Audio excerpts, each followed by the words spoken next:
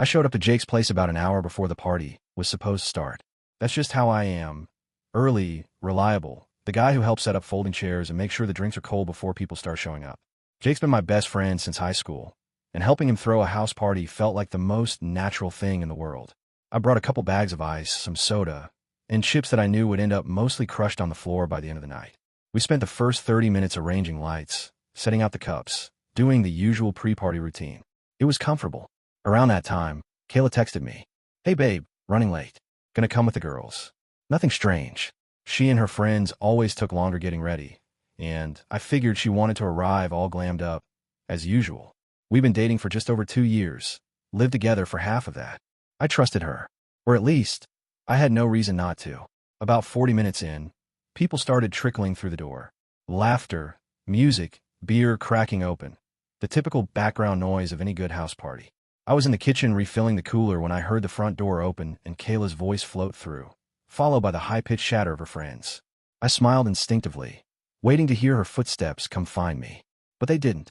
Instead, I heard the shuffle of heels down the hallway toward the bathroom. Then the voices. Muffled but not enough.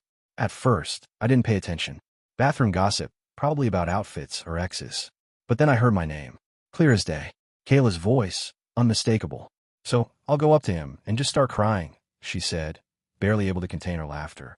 "I'll make it super dramatic. Say I saw him texting some random girl, and I can't trust him anymore. Then boom, we're over." Laughter erupted. "Oh my God, yes." One of the girls chimed in. "Make it messy, like full-on tears. You have to act devastated." Another one added, "And don't forget to get his reaction on video. I want to see his face when you break up with him in front of everyone. This is going to go so viral." I froze, standing completely still in the hallway with a plastic bag of ice still in my hand. I couldn't even feel the cold anymore. My ears rang, and for a second I thought maybe I'd misunderstood, that it was a prank for someone else. But then Kayla laughed and said, "He's so sweet. He won't even get mad. He'll probably beg me not to leave. I want to see if he really fights for me, or just gives up. Like, if he loves me, he should be devastated, right?" My stomach dropped. I backed away quietly, heart pounding in my chest. I walked back into the kitchen like nothing had happened, tossed the ice into the cooler, and leaned on the counter like my brain wasn't unraveling. People were laughing around me, clinking drinks, taking selfies. But I couldn't hear any of it anymore.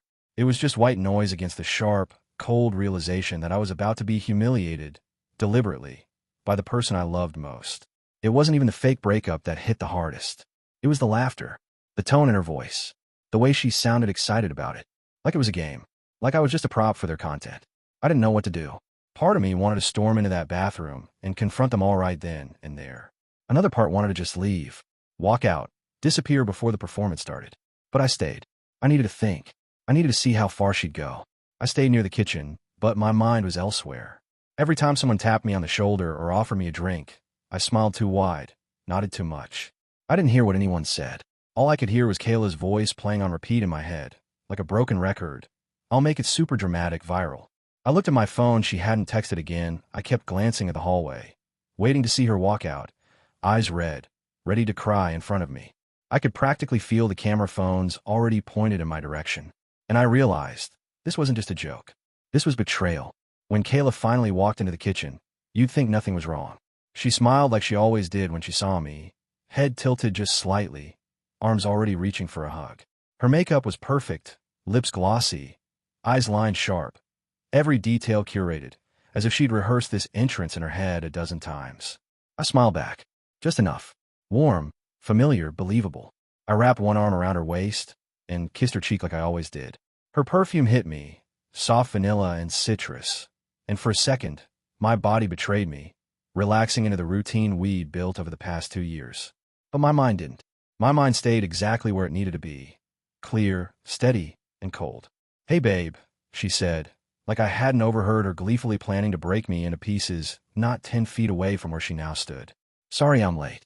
"No worries," I said easily, handing her the drink I'd poured a few minutes earlier, like I hadn't thought about dumping it down the sink instead.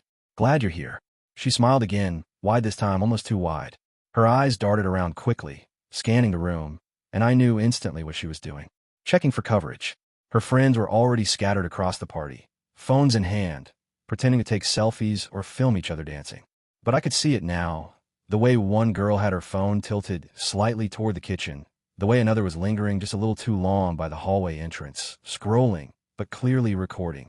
They were trying to be subtle, but they'd already made the mistake of underestimating me. They thought I'd be blind, clueless, an easy target. I kept my movements slow, natural. I leaned against the counter, nodded along to the music thumping through Jake's speakers, and let Kayla tuck herself under my arm. She looked so content there, like nothing was coming. Like this wasn't all part of her twisted little experiment.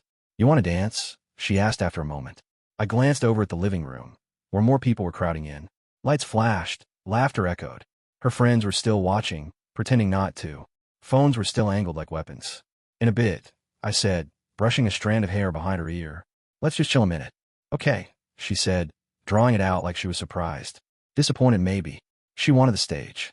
I could feel it humming under her skin, how badly she wanted to cue the drama and hit record.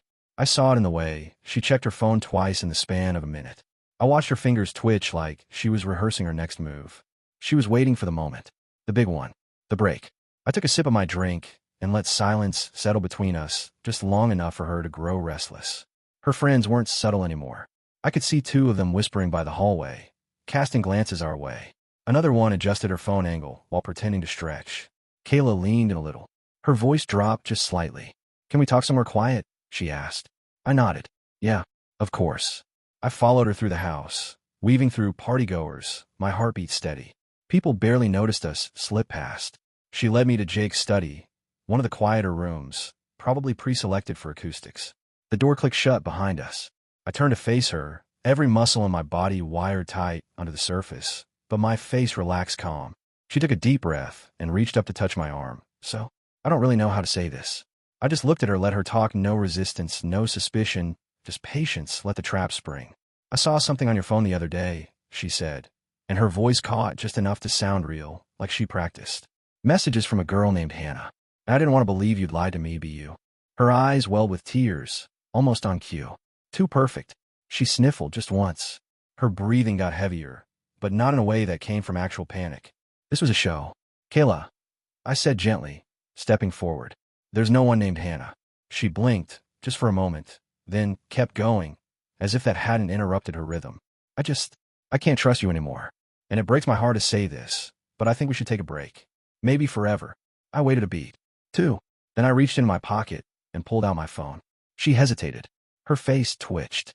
I watched it happen. The tiniest flicker of confusion. Of nerves. I raised the phone and held it up, screen facing her. I didn't need a press record. I already had everything I needed. My silence had done more damage than shouting ever could. "You sure you want to do this here?" I asked softly. Her mouth parted slightly. "What do you mean?" I tilted my head. "I mean, if this is the story you're going with, if you want to finish it, go ahead. But I just want you to know, I heard everything.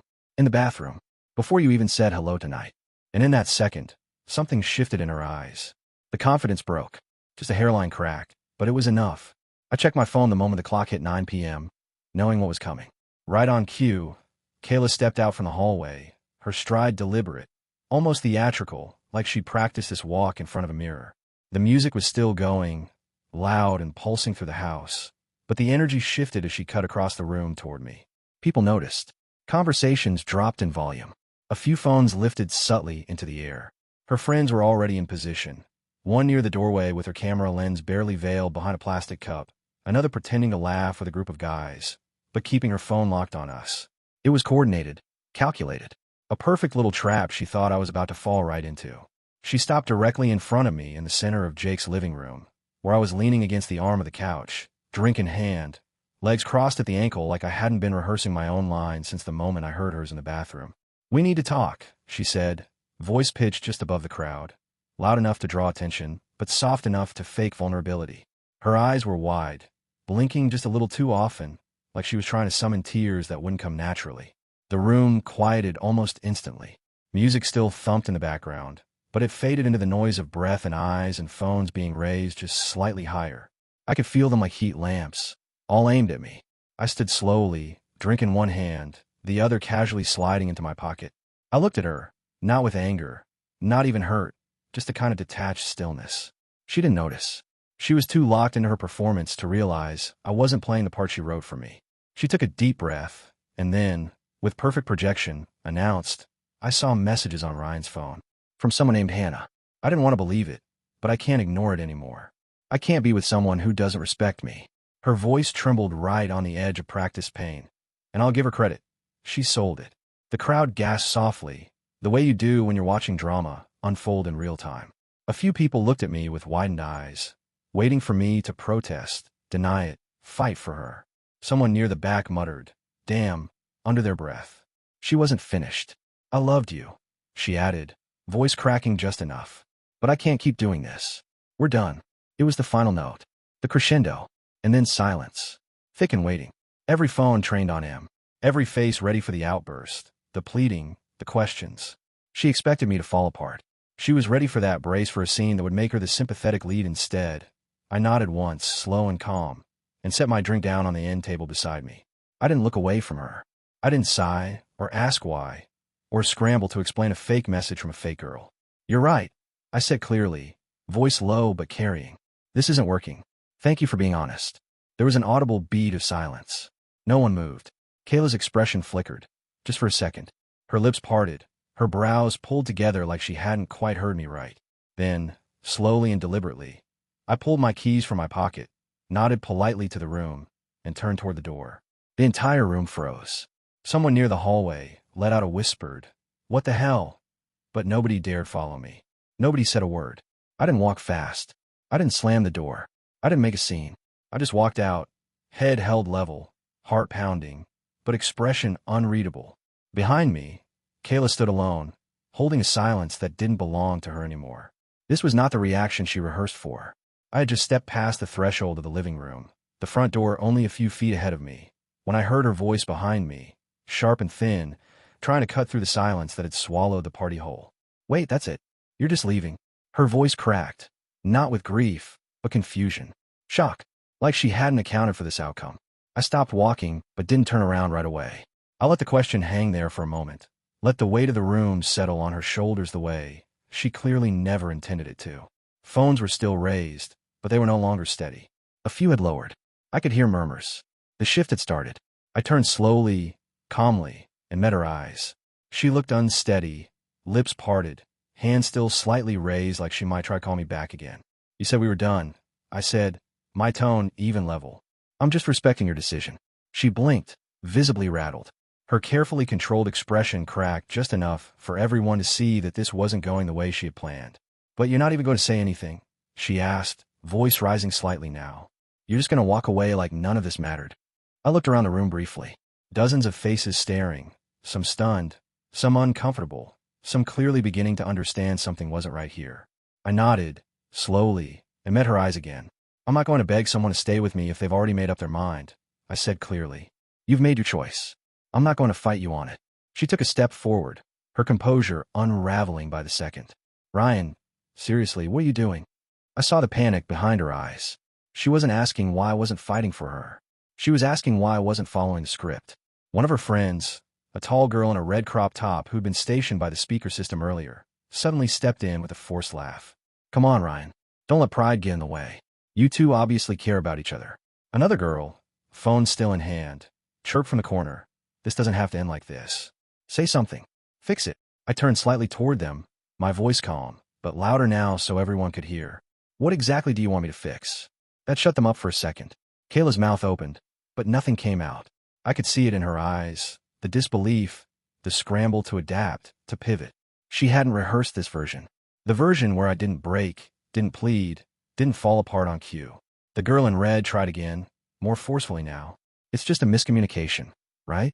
Ryan, don't throw this away just because of one bad moment." I smiled slightly, but it didn't reach my eyes. "This isn't a misunderstanding," I said flatly. This was staged. I heard them planning in the bathroom. Before the party started, a ripple moved through the room, like someone had dropped a stone in the center of a still lake. People shifted, eyes widening. Heads turned toward Kayla's friends, who suddenly looked a lot less confident. The one filming lowered her phone halfway. Another glanced toward the hallway like she wanted to disappear. Kayla's face went pale. "You what? You were listening?" I nodded. "Yeah, heard everything. The fake texts, the tears. How would it be hilarious to see my reaction? How viral it might go."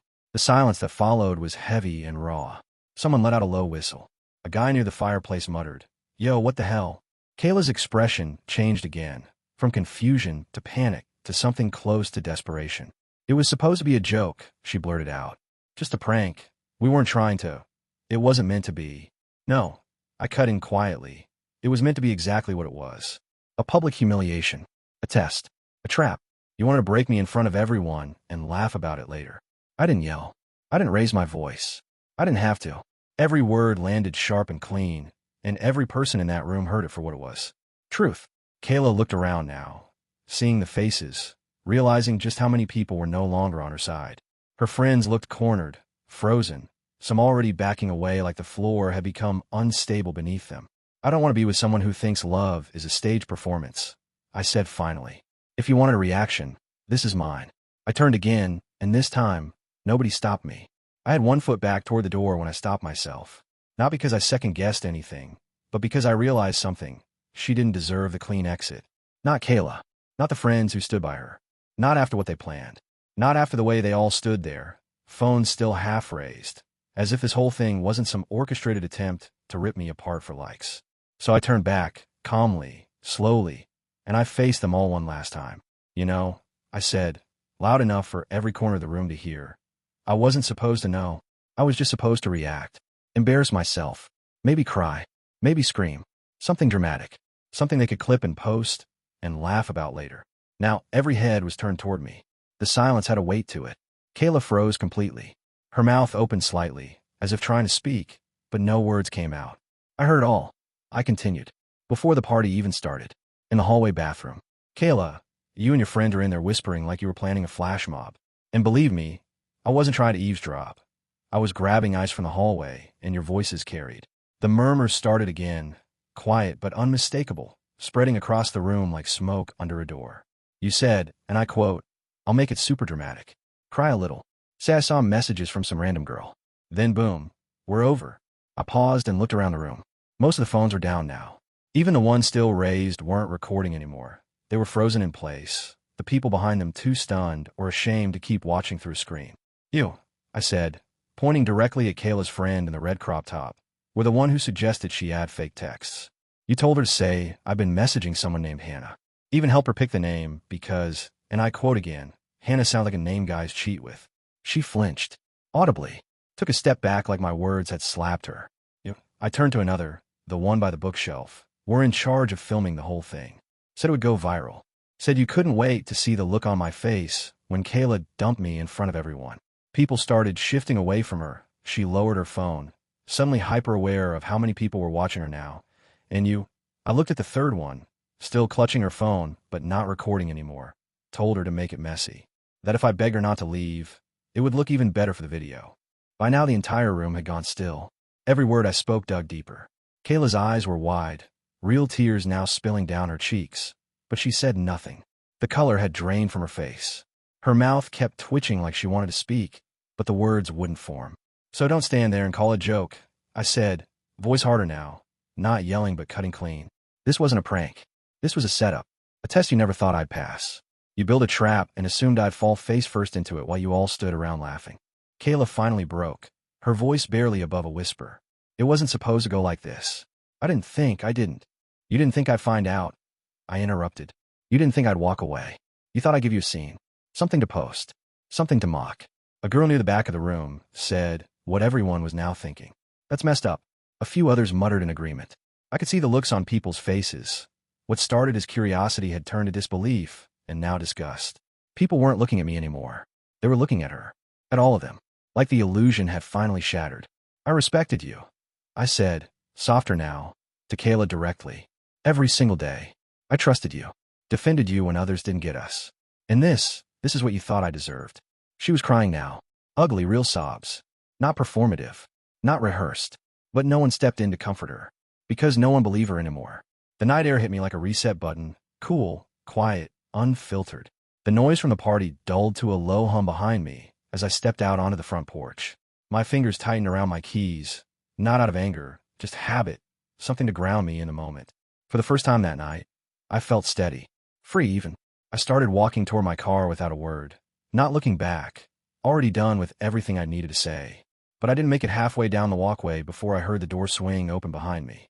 Ryan, wait. Her voice cracked like glass. I stopped, more out of instinct than willingness. I didn't turn. Not at first. She caught up a few steps later, breath ragged, mascara smudged under her eyes now, tears trailing down her face for real this time. Her heels clicked unevenly against the concrete as she stumbled to stand in front of me. Please, just listen, she said between sobs. I messed up, okay? I know I did. I didn't mean for it to go that far. It wasn't supposed to. I just wanted to do something different, something that would get us talking again. I stared at her in silence. Let her speak. Let her spiral. She kept going, hands shaking, voice trembling. You've been distant lately, and I thought maybe, I don't know, something big would bring us back together. Like rekindle the spark, or whatever. My friend said it'd be funny, but I didn't think. That's the problem, I said, my voice low but steady. You didn't think. Or maybe you did, and just didn't care. She opened her mouth, but I didn't give her the chance to answer. You prioritized your friend's entertainment over my dignity. You planned it. You rehearsed it. You filmed it. You turned our relationship into a stunt. That's not love, Kayla. That's control. The words landed harder than I expected. She flinched like I'd physically hit her, one hand coming up to her mouth. Her shoulders trembled as she started crying harder, trying to speak, but failing to get anything out. Behind her, the door creaked again. Two of her friends hovered in the doorway. Watching but not moving closer, they looked small now, ashamed they weren't laughing, anymore. No phones, no smirk. Just silence and regret in their posture, maybe guilt. But I didn't care. They weren't my concern. Kayla tried again, voice hoarse. I just wanted to make things feel exciting again. And you thought humiliating me in front of everyone would do that. She didn't answer. Just shook her head weakly, as if that could undo what already happened. I looked at her one last time. Not with hate. Not even anger. Just with the kind of clarity that comes when a storm finally passes and you can see the damage for what it really is. You don't love me, Kayla. You love the attention, the control, the reaction. That's not a relationship. That's a performance. She was sobbing now, broken in a way I hadn't seen before. But there was nothing left to fix. Nothing left to save. I turned, walked the rest of the way to my car, and didn't look back again. The messages started before I even made it home that night. First a text. Asterisk, please call me. Please. Asterisk, then another. Asterisk. I'm sorry, Ryan. I didn't mean to hurt you. I was stupid. Asterisk. Within the hour, my phone was lit up with a steady stream of notifications. Calls I let ring out. Texts I didn't open. By the next morning, it had spilled over into my email inbox. Subject lines like, please read this, and one more chance, stacked on top of each other. Each one longer than the last. Each trying harder to say the same thing. She was sorry. It was a mistake. She'd do anything to fix it. I didn't reply. Not because I didn't have anything to say, but because there was nothing left that needed to be said. She'd already spoken loud enough with her actions. 2 days later, she showed up at my door. I heard the knock before I saw her face through the peephole, pale and tired and hollow. I didn't open it. I stood just behind the wood, watching as she held something in her hands. Flowers. White lilies with a tiny card tucked into the stems. She knocked again, softer this time, then rested her forehead against the door and whispered something I couldn't quite make out. I waited. Eventually, she left the flowers on the mat and walked away. I left them there for 2 full days until they started to wilt. Then I threw them in the trash. After that, it got desperate. She started using different numbers. Messaging me on social media. Venmo comments. Emails titled, I've started therapy. Please don't let this be the end. I didn't know what I was doing. She blamed her friends. She blamed stress. She blamed insecurity, impulse, immaturity. Everything except what it really was, a decision. She told me she loved me, that she missed me, that she'd do anything, therapy, counseling, cutting ties with everyone involved, that she'd prove it wasn't who she really was, that we were too good together to throw it all away. I never responded. It wasn't silence out of cruelty. It was silence out of finality. There was no version of that relationship worth salvaging. Not after she decided my emotional pain was worth a few laughs and a shot at going viral. Not after she turned our private bond into public humiliation. She made her choice, and I made mine. Through mutual friends, I heard about the fallout. It didn't take long. People talk, especially when drama that loud and that public explodes in the middle of a party. The video never made it online. No one had the nerve to post it once the truth came out, but enough people were there, enough saw what happened firsthand, that the story spread fast. Kayla's reputation tanked overnight. The friends who helped her, ghosted by most of the group. Group chats went quiet. Party invites stopped showing up. People who had once admired her, the bubbly girl with a perfect relationship, started pulling away. She tried to do damage control, claimed it was a misunderstanding. A prank gone too far, she started saying she was manipulated, that it wasn't her idea, that she was pressured by her friends, and didn't think I'd take it seriously, that it was supposed to be funny, lighthearted. But no one believed it, because we all heard her, and we all saw me walk away while she stood there with nothing but tears and silence. No one bought the victim act. The damage was done, not just to her image, but to the way people looked at her. There's a kind of disappointment you can't undo, a line that once crossed doesn't lead back to where you started. I didn't gloat. I didn't correct the rumors or add anything to the fire. I stayed quiet. I moved forward, and she stayed behind. It's strange how time reshapes things. Months have passed since that night. The party, the cameras, the unraveling of everything I thought I understood about love and trust. And now, sitting here beside someone who actually sees me, really sees me, I don't feel bitterness anymore. I don't carry that night around like a wound. It's more like a scar, healed over, visible only if I look for it. A reminder, not of what I lost, but of what I refused to accept. Claire came into my life quietly, with no drama, no games, no grand declarations designed to impress.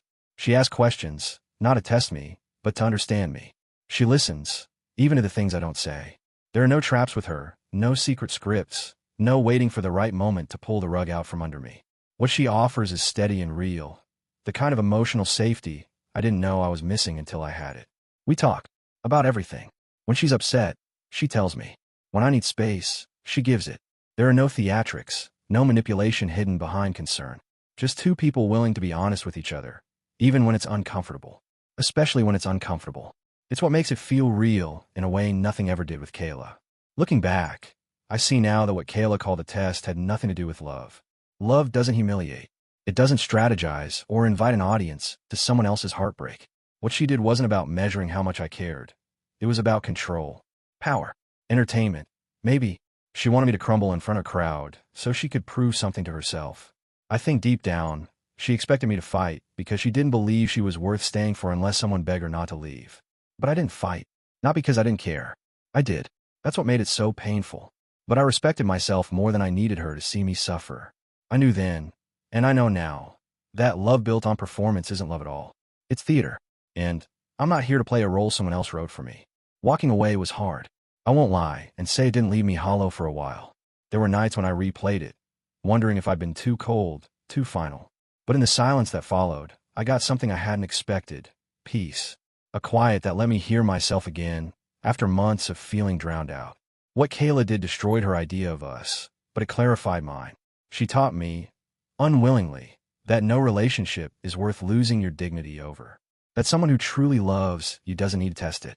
And that anyone who forces you to perform for their affection never deserved it in the first place. So no, I don't regret it. Not the silence. Not the walk to the door. Not the words I chose, or the ones I left unsaid. The real test wasn't about how much I loved her. It was about whether I loved myself enough to walk away. And I did. Without flinching. Without spectacle. Just the truth. And that's the one thing that will always speak louder than any performance ever could.